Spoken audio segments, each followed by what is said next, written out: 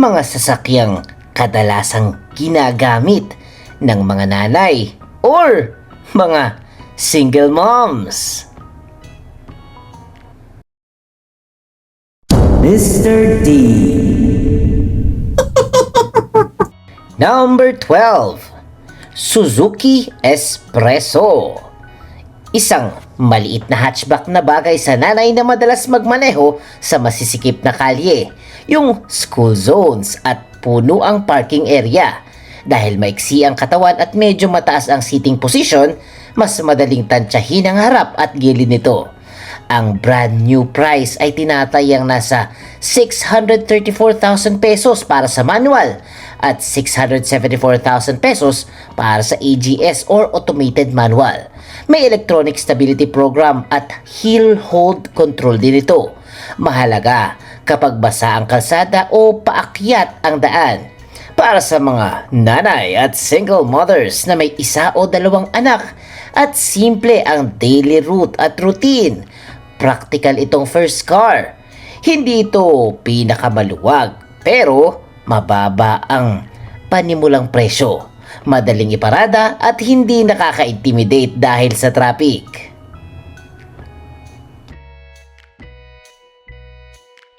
Number 11. Honda Brio.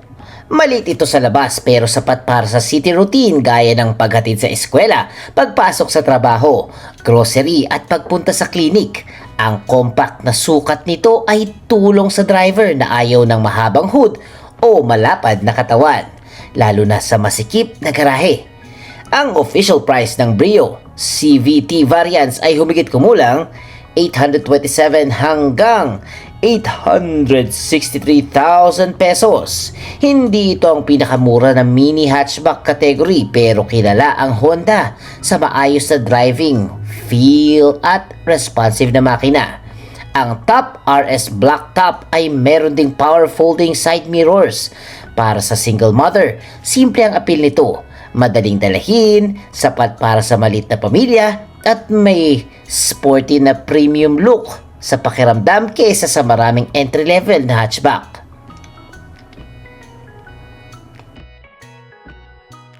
Number 10. Toyota Wigo. Isa sa pinakapamilyar na maliit na sasakyan sa Pilipinas. Noong 2025, nakabenta ang Toyota ng humigit kumulang 19,063 Wigo units. Ang brand new price ay mula 615,000 pesos para sa J manual hanggang 735,000 pesos para sa G CVT. Bakit nga babagay ito sa maraming single mothers at mga nanay? Compact ito at madaling tansyahin kapag pumaparada. Available din ang CVT para hindi nakakapagod sa stop and go traffic. Malawak ang Toyota dealer at service network kaya mas madaling humanap ng kasa, piyesa at maintenance support sa maraming probinsya. May airbags din at electronic power steering na rin ang variants. Para sa mga nanay na gusto ng straightforward na sasakyan pang araw-araw at hindi komplikadong alagaan, mahirap hindi isama ang Wigo sa shortlist. Number 9. Mitsubishi Mirage G4. Sedan ito kaya mas mahaba kaysa hatchback pero kapalit nito ang hiwalay na trunk. Dito maaaring ilagay ang stroller, school bags, groceries o gamit sa trabaho nang hindi nagsisiksikan ng mga bata sa likod. Ang brand new price ay nasa 793,000 hanggang 937,000 pesos. Ang GLX CVT na nasa humigit kumulang 841,000 pesos ang maaaring maging sweet spot para sa nanay na gusto ng automatic. Kasama sa lineup ang Active Stability Control, ABS at Hill Start Assist, mga feature na nakatutulong sa control ng driver. Ang maliit nitong 1.2 liter engine ay nakatuon sa practical city use. Para sa single mother at nanay na gusto ng matipid na sedan, malaking trunk at madaling pagmamaneho, sensible choice ang Mirage G4. Number 8. Suzuki Dzire Hybrid.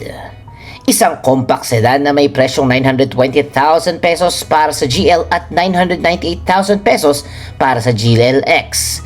Magandang tingnan ito dahil sa kombinasyon ng fuel efficiency at safety.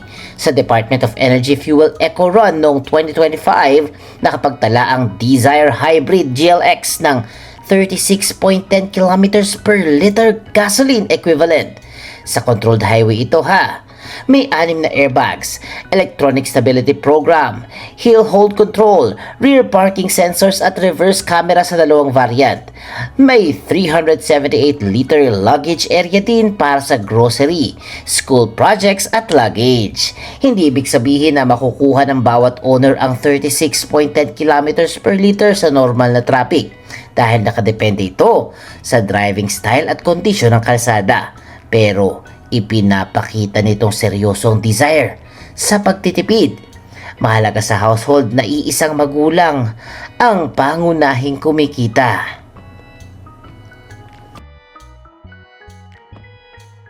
Number 7. Nissan Almera. Ito ay isang compact sedan na praktikal para sa mga single mothers at mga nanay na kailangan ng sasakyang komportable sa city driving pero sapat din ang espasyo para sa mga bata at kanilang mga gamit. Hindi ito kasing liit ng Wigo o Brio pero magaan pa rin itong dalhin at hindi nakakatakot imaneho kumpara sa malalaking SUV. Ang brand new price ng Nissan Almera ay mula 845,000 pesos para sa L Turbo Manual, 1,099,000 pesos para sa VE Turbo CVT at 1,199,000 pesos para sa VL Turbo CVT. Gumagamit ito ng 1.0-liter turbocharged engine na dinisenyo para magbigay ng sapat na performance nang hindi sinasakripisyo ang fuel efficiency. Para sa mga single mothers at nanay, malaking tulong ang automatic CVT variants lalo na kapag araw-araw na naiipit sa traffic habang naghahatid sa paaralan o pumapasok sa trabaho.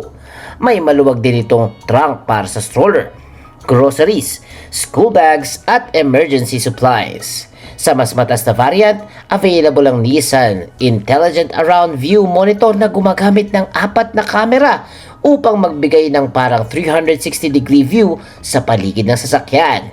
Napakalaking tulong ito sa masisikip na parking area. May intelligent forward collision warning at iba pang Nissan Intelligent Mobility features din. Kaya bagay ang Almera sa nanay na gusto ng practical sedan na may modernong safety at parking technology. Number 6. Honda City. Ang presyo nito ay nagmula sa 998,000 hanggang 1.138 million pesos. Ang N3S CVT ay meron ng Honda Sensing sa kasalukuyang lineup. Ang package na ito ay tumutulong sa driver sa pamamagitan ng active safety at driver assistant functions. Ngunit hindi nito pinapalitan ang pagiging alerto sa manibela. Bakit maganda ito para sa mga nanay na may mas malaking budget? Komportable ito sa city at highway. Maluwag ang likuran para sa mga bata at may trunk para sa pang-araw-araw na gamit. Automatic ang buong current lineup nito, kaya mas madali sa traffic. Mas mahal ito kaysa sa Vios o Mirage G4 pero kapalit mas modernong safety technology at refined na driving experience. Para sa mga nanay na madalas bumabiyahe ng mag-isa, lalo na kasama yung mga anak, dagdag kumpiyansa ang driver assistance feature nito. Number 5. Kia Sonet. Isang compact crossover na nagsisimula sa 798,000 pesos at umaabot sa 1.218 million pesos. Ang LX Automatic ay nasa humigit kumulang 948,000 pesos. Kapansin-pansin ang 205mm ground clearance nito kaya mas kampante sa humps, uneven roads at bahagyang lubak kaysa sa mababang sedan. Bagay ito sa mga nanay at mga single na gusto ng maliit na sasakyan pero ayaw ng mababang upuan. Mas mataas ang driving position, kaya mas madali para sa ilan ang pagtingin sa traffic. May 60/40 folding rear seats sa EX variant. Useful para sa mga stroller, boxes or grocery. May wireless Apple CarPlay at Android Auto rin sa lineup para sa navigation at hands-free calls. Compact pa rin ito para sa lungsod, pero may crossover look at dagdag na road clearance. Number 4, Toyota Raze.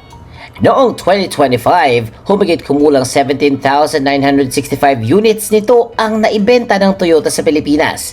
Ang presyo ay mula 757,000 pesos para sa mga manual hanggang humigit kumulang 1.74 million pesos para sa turbo CVT. Ang eCVT na nasa 847,000 pesos ay isa sa mga mas abot kayang automatic crossover choices. Maliit pa rin ang footprint kaya hindi nakakatakot iparada, pero mas mataas ang katawan at seating position kaysa sa sedan. May keyless entry at CVT sa E-variant, habang ang top turbo ay may blind spot monitor. Ang hatch style cargo area ay madaling lagyan ng stroller o malalaking bag. Para sa mga nanay na naghahanap ng balance sa affordability, maneuverability at crossover practicality, malakas ang kaso ng Raze.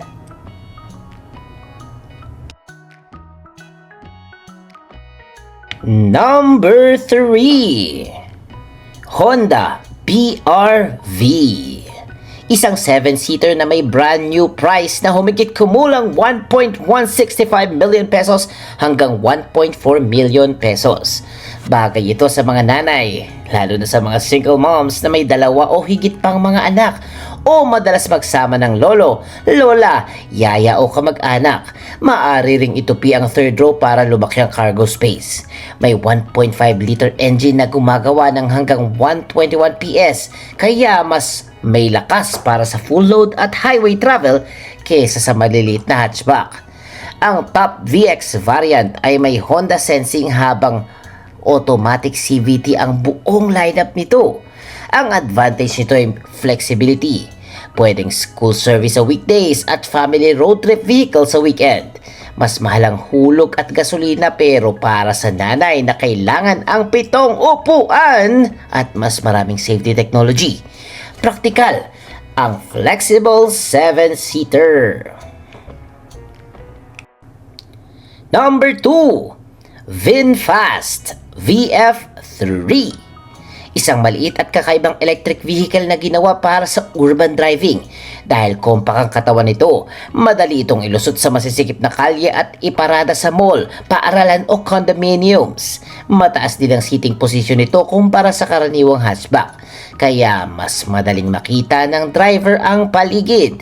Ang brand new price ng VinFast VF3 ay nagsisimula sa humigit kumulang 590,000 pesos kapag may battery subscription, habang nasa 745,000 pesos naman kapag kasama na ang binili ang battery.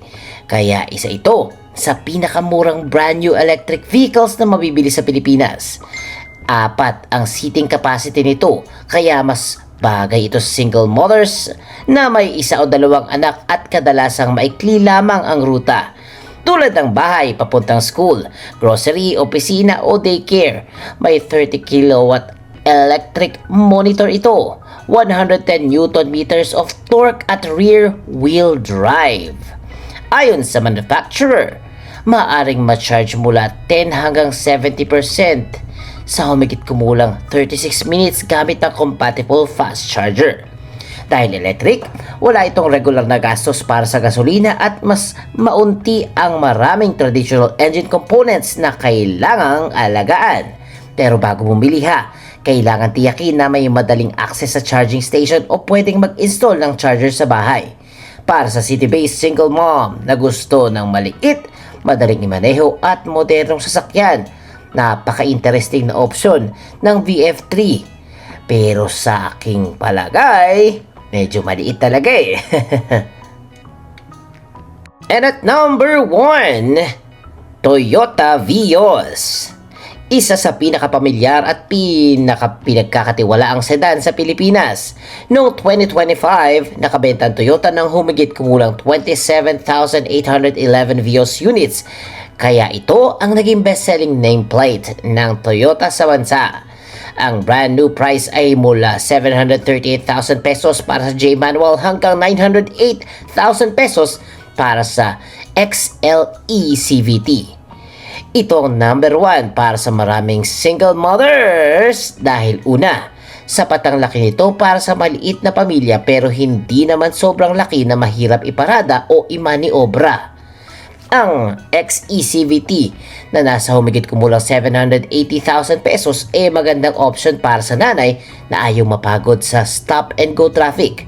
Pangalawa, napakaraming Toyota dealerships at service centers sa Pilipinas. Maraming mekaniko rin ang pamilyar sa Vios at mas madaling humanap ng pyesa kumpara sa mga bagong brand na kakaunti pa lamang ang service location.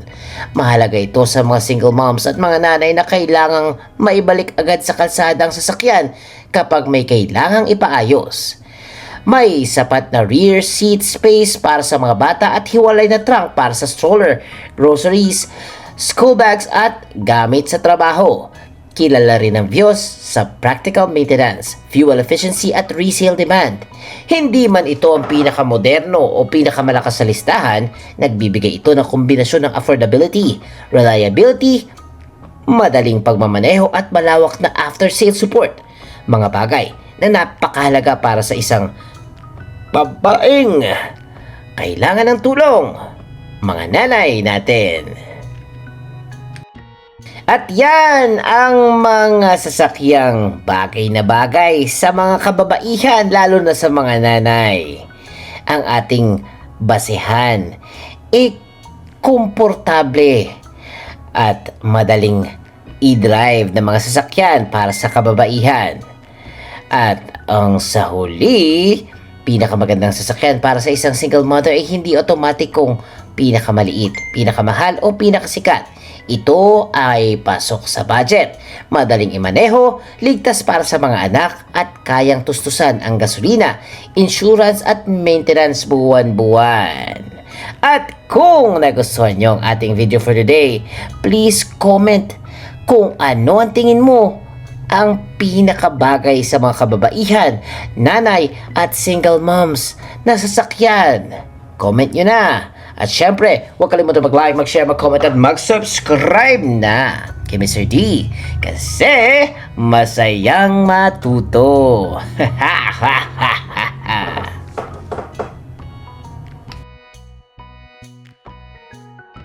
The end! Huwag kalimutan i-click ang subscribe button at bell icon ni Mr. D para masaya every day. See you, D-Fam!